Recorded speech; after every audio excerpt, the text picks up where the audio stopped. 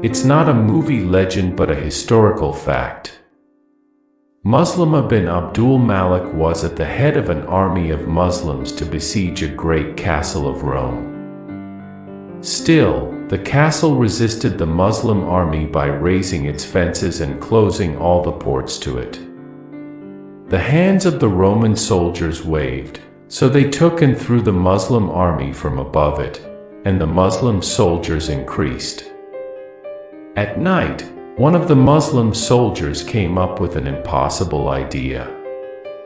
He hid alone until he reached the door of the castle, and kept digging in it and digging until he could be able to dig into it, and then returned without informing anyone.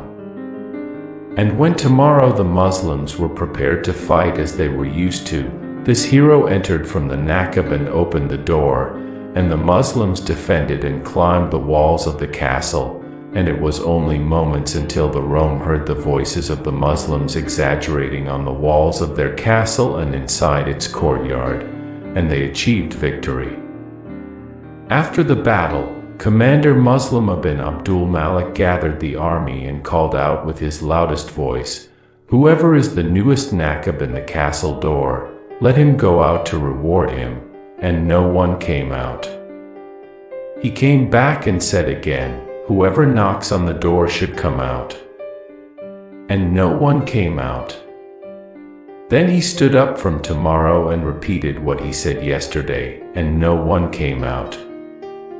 On the third day, he stood and said, "I swore on the one who made the plow to come to me anytime, night or day." And when the night fell, and the commander was sitting in his tent, an unclean man came in on him. So a Muslim said, "Are you the owner of the Naqab?"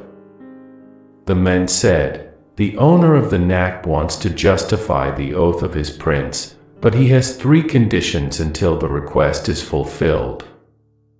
So a Muslim said, "And what is it?" The man said, "Ask not his name, nor reveal his face, nor command him to give." So a Muslim said, "He has what he requested." Then the man said, "I am the owner of the drill." Then he returned from his steps accelerating and disappeared among the tents of the army. A Muslim woman stood up, tears filled his eyes, and he said, "Among the believers are men who believed what Allah promised them, and among them are those who love Him, and among them they are those who wait and never change. If your doing is not entirely for God, every building is built, damaged." Then a Muslim would say in prostration, "O Allah, join me with the Prophet. O Allah, make me meet the one who owns the Naqab. Make hidden between yourselves and Allah a good deed that will benefit you on the day neither money nor children will benefit you."